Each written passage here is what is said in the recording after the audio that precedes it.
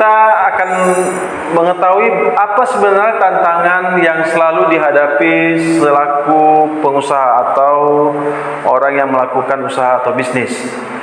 Nah, ada 5 hal yang harus kita ketahui dalam yang selalu menjadi tantangan, hambatan klasik di dalam bisnis. Yang pertama adalah moral, integritas. Nah, ini penting. Jadi kalau kita dalam memulai usaha, baik kita mulai usaha atau kita sudah melaksanakan usaha kita jalan, maka modal kita yang paling penting adalah moral ini, integritas. Sejauh mana moral dan integritas kita baik, maka kemudian baiklah insya Allah usaha kita. Tapi kalau kemudian moral dan integritas kita buruk, maka ini akan mengalami sebuah hal penurunan dalam usaha kita. Maka ini menjadi ujian bagi kita. Nah, jujur, amanah itu salah satu juga bentuk dari moral atau integritas. Nah, jadi ini yang paling penting. Orang mau mempercayakan usaha orang lain kepada kita itu karena moral kita, ya, karena integritas kita, ya. Orang mau melakukan jasa servis kepada kita karena moral kita, ya. Ini yang paling pertama. Nah, jadi kalau ini sudah buruk, maka yang ini akan merembet, ya, untuk 5 hal yang lain. Nah, kalau kemudian kita sudah benarin, ya, perilaku kita, moral kita, attitude kita dalam memulai usaha atau mengembangkan usaha, maka yang tidak kalah penting yang harus kita penuhi juga sebagai orang yang mau menjalankan bisnis atau mulai usaha adalah skill. Nah, bagaimana mungkin kita mau memulai usaha atau melakukan usaha, apalagi yang bersifat dengan jasa, seperti adik-adik yang pahami, adik-adik sekarang sudah bergelut di bidang otomotif, tapi tidak mempunyai keahlian di bidang otomotif.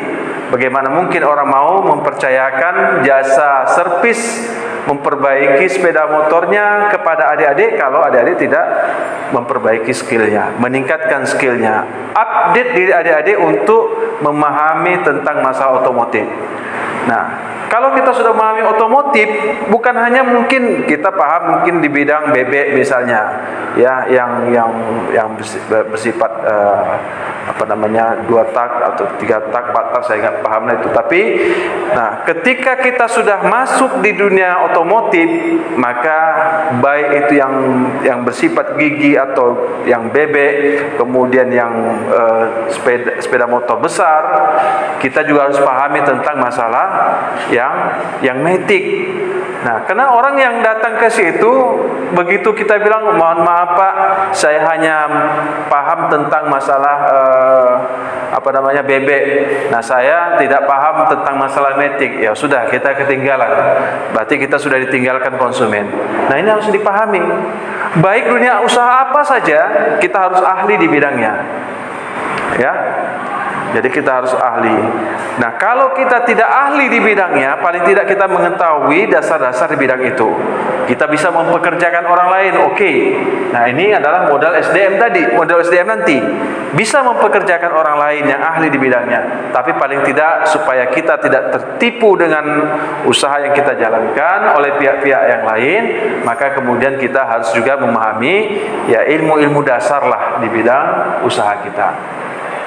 Nah, tidak kalah menariknya juga ketika kita baik memulai usaha atau sudah usaha itu berjalan dengan baik, maka ini paling penting juga modal.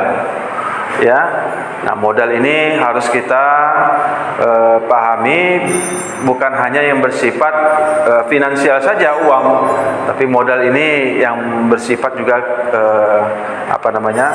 kepercayaan juga, itu juga modal. Nah, tapi dalam hal ini adalah modal yang bersifat finansial, ya. Nah, jadi ya kalau kita mau memulai usaha, tidak semuanya memang segala sesuatunya dengan uang, tapi uang itu sangat berpengaruh, sangat penting bagi kelangsungan usaha kita, ya. Makanya di awal kita sudah belajar tentang masalah bagaimana kita memanage keuangan kita melalui pembuatan laporan keuangan. Nah, jadi kita manage lah modal kita supaya kita bisa melangsungkan usaha kita lebih sustainable, ya. Jadi harus diingat, untuk bisa memupuk modal kita harus bisa memisahkan antara modal pribadi kita dengan modal usaha. Ya, jangan modal pribadi kita itulah modal usaha, kemudian modal usaha itulah modal pribadi kita, sehingga tergerus modal usaha kita hanya untuk kepentingan pribadi kita. Jadi ini harus kita pahami. Nah, yang keempat SDM.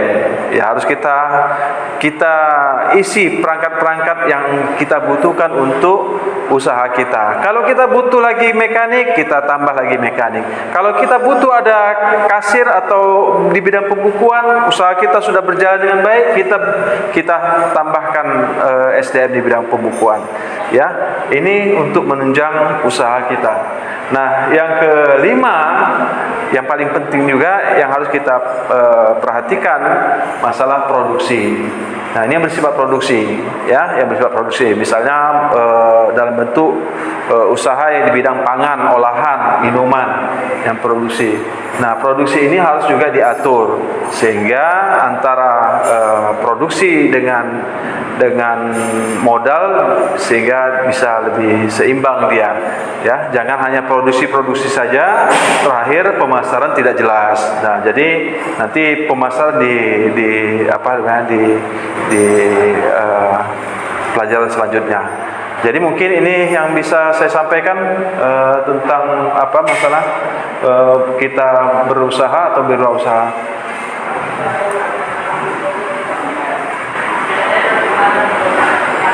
Nah, kita masih termasuk pemasaran.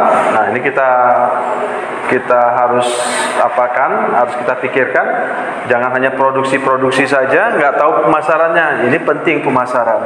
Maka di dalam dunia usaha ada namanya sistem BMC, Business Model Canvas.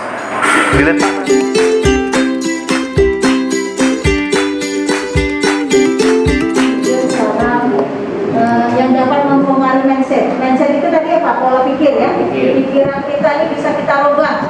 Jadi jangan mengira pikiran kita ini memang nasib salah, ya. Memang ada yang bilang nasib saya begini salah. Yang nasib bisa dirubah kalau kita berusaha, ya. Jadi mindset itu bisa berubah dengan lingkungan sekitar. Lingkungan sekitar kita itu mendukung. Jadi kalau kawan kita banyak orang yang pintar, ya kan, kalau mau kerja, kita otomatis terikut. Kenapa? Sering diajarnya, wah kita kerjain ini, kita kerjain, ayo langsung aja. Otomatis kita terikut dengan kawan kita. Tapi kalau kita bergabung sama orang yang malas, ya, tidur aja terakhir kan, tidur aja, ini saya nggak tidur aja kita lagi katanya, tidur lagi, ya. Ya makanya cari kawan yang ini, ya. Kalau dia tahu kita orangnya yang malas, dia tahu kita orangnya yang bagaimana, carilah kawan yang lebih baik dari kita. Bukan berarti ini, katanya nggak boleh milih kawan. Kawan itu di kawannya tetap kawannya kan semua, ya, tapi jangan ini terpengaruh dengan kawan yang tidak baik, ya. Itu, ya. Jadi lingkungan sekitar itu bisa mempengaruhi kita. Jadi kalau dia ikut latihan, yuk latihan di Bencana Jaya, terima kita kan. Nah, jadi ini ya, hati-hati berkawan sama lingkungan sekitar, ya, apalagi yang di sekitar rumah, ya. Carilah kawan-kawan saja yang kalau ada kawan yang rajin masjid, nah bagus itu, ya. Terikut kita yang gitu, ya. Oke, yang kedua, informasi yang diterima, ya. Informasi diterima ini bisa seperti ini. Nah, Ibu, ini kan namanya informasi juga, ya. Yang Ibu sampaikan, ya, atau dari pengumuman dari WhatsApp, yuk ada pelatihan nih dari Bencana Jaya, ini informasi, ikutlah, nah seperti itu, ya. Jadi atau juga ada berita-berita pemikiran-pemikiran yang membangun, itu bisa juga merubah mindset kita, ya. Yang suka baca itu bisa merubah mindset. Suka baca, suka melihat, suka mendengar, itu bisa merubah.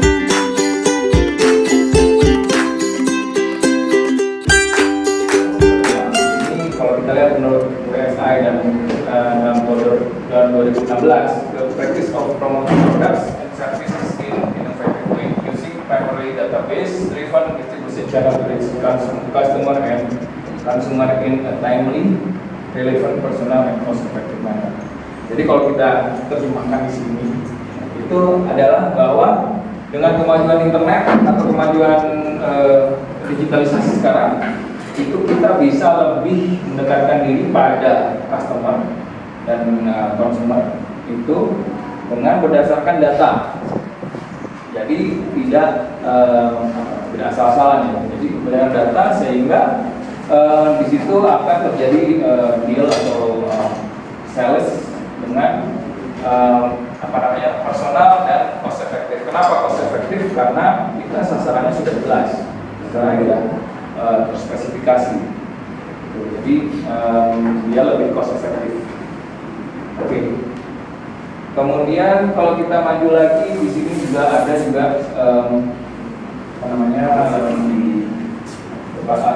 beberapa alternatif istilah pemasaran digital adalah online yang mungkin kita kenal adalah online marketing, internet marketing atau web marketing. Itu mungkin teman-teman semua sudah mengenal banyak mengenai itu, terutama yang sudah punya smartphone ya.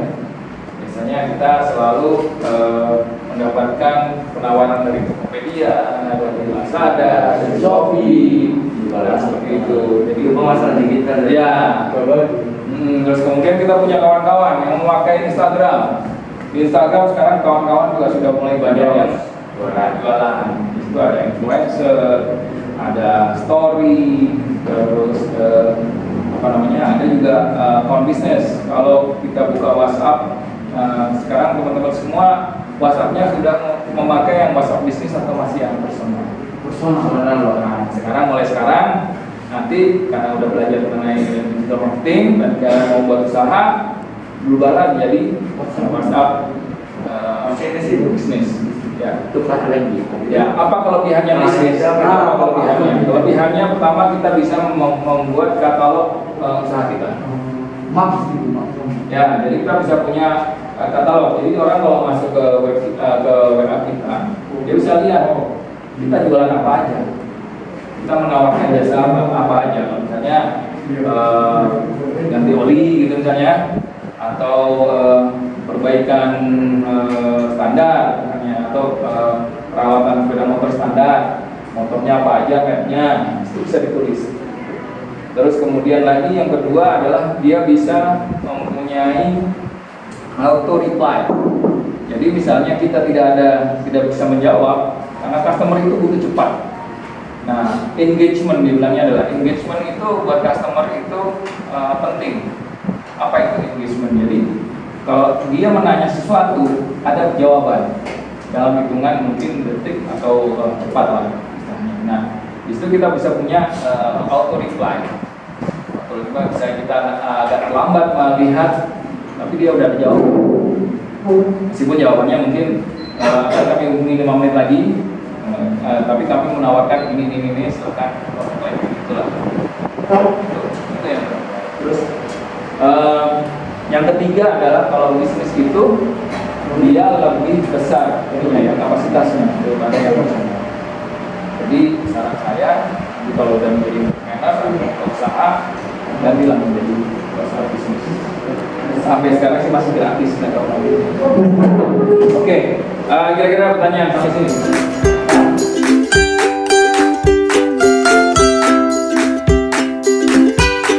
Bagaimana adik-adik, sudah paham kan?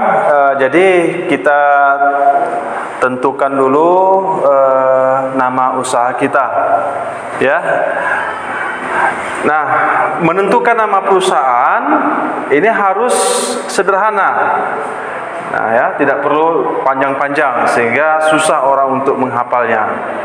Ya, kemudian nama perusahaan ini tidak hanya dipakai 1 atau 2 periode saja, tapi nama usahanya kan mau sustainable, berkelangsungan terus-menerus, dan kalau bisa diwariskan oleh keturunan kita. Jadi usaha itu jangan usaha yang sifat mingguan atau harian, musiman, tapi kalau bisa kita buat usaha itu yang terus-menerus bisa dirasakan, dinikmati oleh anak cucu kita, bahkan sampai generasi seterusnya. Nah, oleh karena itu perlu pemikiran yang cermat dalam menentukan nama perusahaan. Nah, jadi menurut seorang ahli Canon dan Richard, ciri-ciri nama yang baik itu, nah paling tidak memiliki unsur-unsur di dalamnya. Nah, sorry.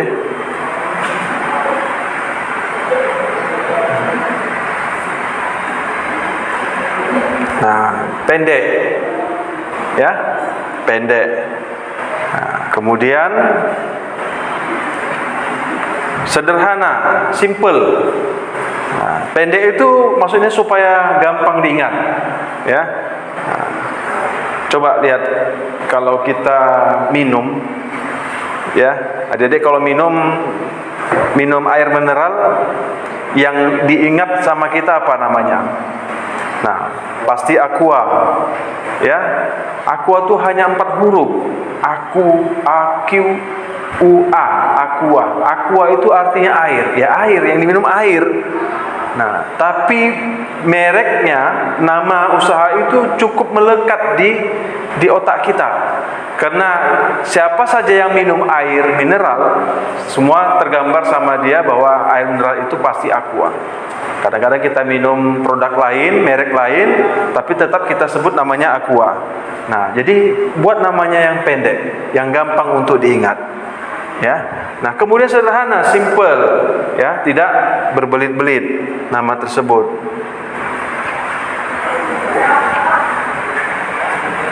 Kemudian setelah sederhana, mudah diajak.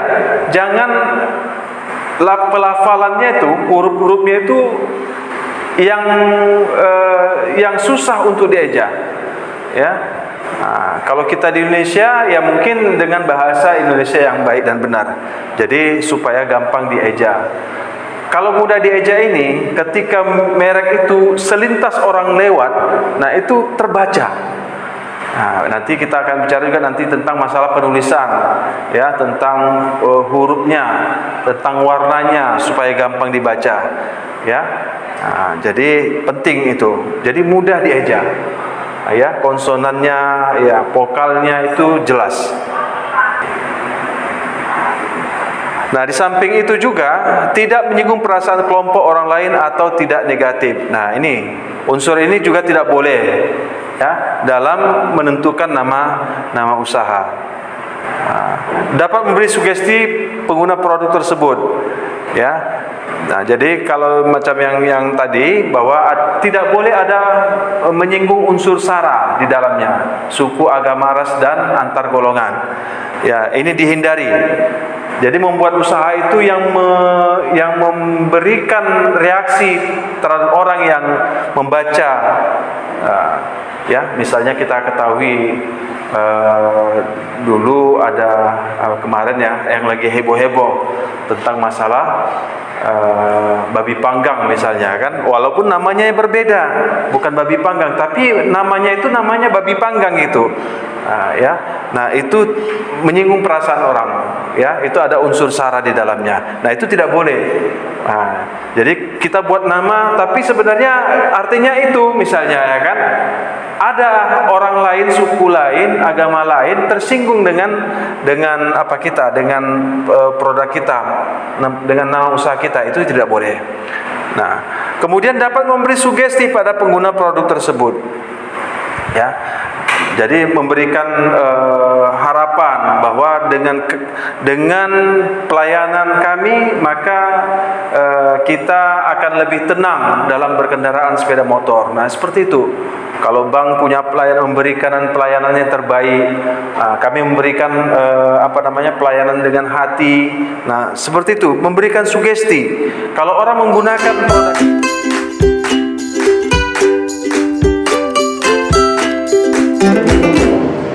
bisa menikmati belajar, sudah satu kenikmatannya itu bisa menikmati setelah belajar, menikmati pembukaan usaha, membuka usaha, mendapat bimbingan, mendapatkan modal. Investor itu pemodalan, uang Anda sendiri atau dari bank. Ini garis besar ini bank, kan? Bank,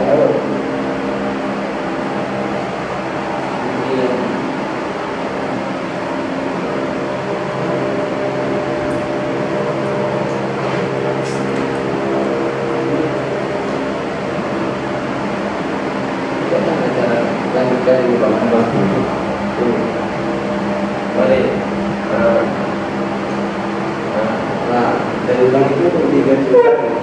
Jadi syarat dan ketentuannya banyak yang ini. Yang lebih enak dari investor atau dari modal sendiri. Oke. Mampu menghasilkan solusi. Seorang wirausaha merupakan orang yang mampu memberikan solusi tepat untuk masalah yang sedang terjadi. Kebentur.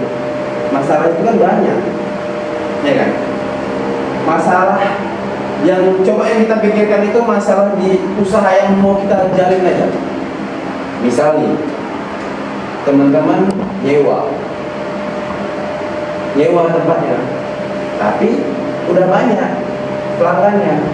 Nah pelanggannya itu bukan orang sering nengok, oh namanya di bengkel apa, di bengkel Sipolan kata dia. Oke, nama tahu. Yang kedua, tempat. Karena orang-orang tua itu bukan nama yang ditengoknya. Oh di situ bengkelnya bagus, bengkel Pak Umar itu bagus sekali itu, pekerjanya rapi-rapi kata dia. Benar kan? Dan yang jahatnya orang, setelah kita sukses, usia. Nah, itu kalau kita nggak punya tempat, atau nanti pasti banyak kita ini kayak penelusuran jalan tol itu. Pangkasnya enak tuh Seroja itu kemarin. Pangkas itu enak, rame lagi Pangkasnya. Sekarang pindah, nggak tahu pindah kemana. Dulu sering Pangkas di sini, enak Pangkasnya, pijit enak.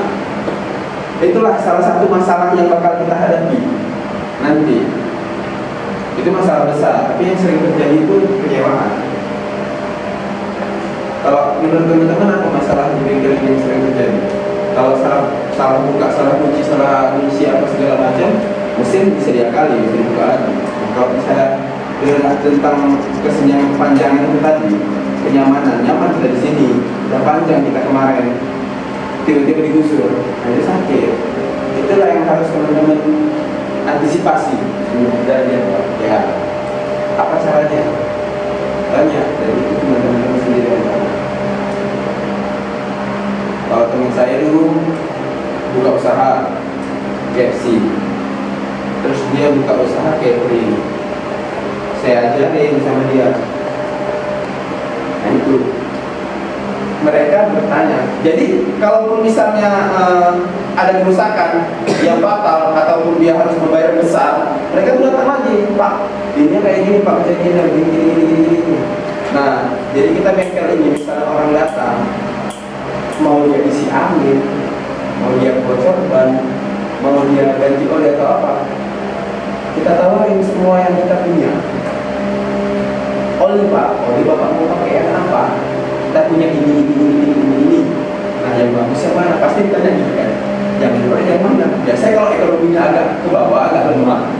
Murah Mas, yang ini Pak, ini standar Pak, harganya sekian. Nah ini yang bagusnya, harganya sekian. Jadi ya, mengambil kesempatan tadi tergantung diri kita masing-masing. Kita sanggup nggak untuk memikirkan itu, mau ke situ nggak gitu. Tapi kalau tadi kita cuma bermodal bengkel, nah bang, bocor bang bukannya, oke, udah bang siap, berapa sekian, itu aja yang betul kita uang. Tapi kalau tadi bocor bang, tengok keretanya, ntar ya bang, kita tes, ini, bang ini, kita service bang, ini terlalu bang, mana kan kalau di sini bang. Nah ini kita cek dulu ininya, banyak rezeki yang bisa kita dapatkan. Benar, kita nggak nipu, bukan mau nipu. Nanti jangan kita nipu misalnya ini, bang ini orang masih bagus, saya bilang, bang ini orang bukan kayak gini bang, itu dosa. Iya. Jangan buka kayak gitu ya, nggak boleh. Yang banyak jahatnya itu nih tukang AC. Saya capek, saya nggak tipu sama tukang AC. Saya baru aja nih ganti preon, saya malu sih saya, apa nggak diikut saya juga. Rupanya ada setelannya, yang kayak gitu, nggak berkah. Walaupun capek, rezekinya sedikit, maksudnya yang kita hasilkan nggak banyak, hasil keringat sendiri, dan itu yang penting berkah untuk keluarga kita.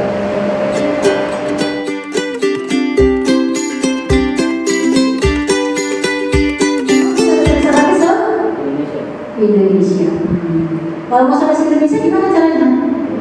Online is mantap kan ini. Ibu keluar dari sini kita jadi urusan semua ini ya. Iya, didoakan lah ya. Oke, sebelum mengembangkan ide bisnis berarti kita harus meneliti ya, meneliti dan menganalisa ide kita ini. Kita teliti. Menelitinya gimana caranya? Ada yang tahu? Gimana cara meneliti ide kita? Layak atau tidaknya usaha yang mau kita buka? Cara menelitinya gimana? Gak usah susah-susah, yang gampang-gampang aja. Coba gimana? Pertama, SDM-nya. Oke, berarti kamunya. Ya, mampu apa tidak? Boleh. Terus? Udah melihat? Ya, SDM sama skill. Oke, udah sama. Apa lagi? Ya, kemampuan sama. Sama itu. Intinya sama. Apa-apa? Gak apa-apa. Ya, terus. Apa lagi? Nah, dia sudah mengasih ide itu udah bagus sama ibu. Walaupun apa ya, nggak apa-apa. Dia untuk menemukan percaya. Cara-caranya supaya orang mau kebaikan kita bukan kebaikan orang. Gimana caranya? Hah? Promosinya gimana? Diskon. Hah? Diskon. Banyak servis harganya 60, diskon 50 gitu ya? Iya, 5%. Oke, itu mantap kan itu. Nah, 20% kan Korea aja ya. Apalagi kira-kira mau cara-caranya supaya orang gak lari, supaya antar jemput servis ini mantap udah. Udah bisa dipakai dulu. Terus apa lagi? Kasih pelayanan baik. Kasih pelayanan baik. Iya, apa lagi? Murah senyum ya kan? Nah, terus apa lagi? Ada lagi? Banyak ternyata caranya kan? Makanya ditulis biar gak lupa. Baru kita udah ditulis kita terapkan, yang kerjakan. Kadang merasa otak ada semuanya, tapi suka apa ya, lupa gitu ya. Nah, itu ya caranya ya. Riset pasar tadi deh ya, yang bilang ya. Kita riset kira-kira di sekitar rumah kita ini, karena kita tetap bengkel ya, banyak nggak yang punya kereta? Kita riset, banyak nggak? Kira-kira setiap rumah punya nggak kereta? Ya, habis punya kira-kira setiap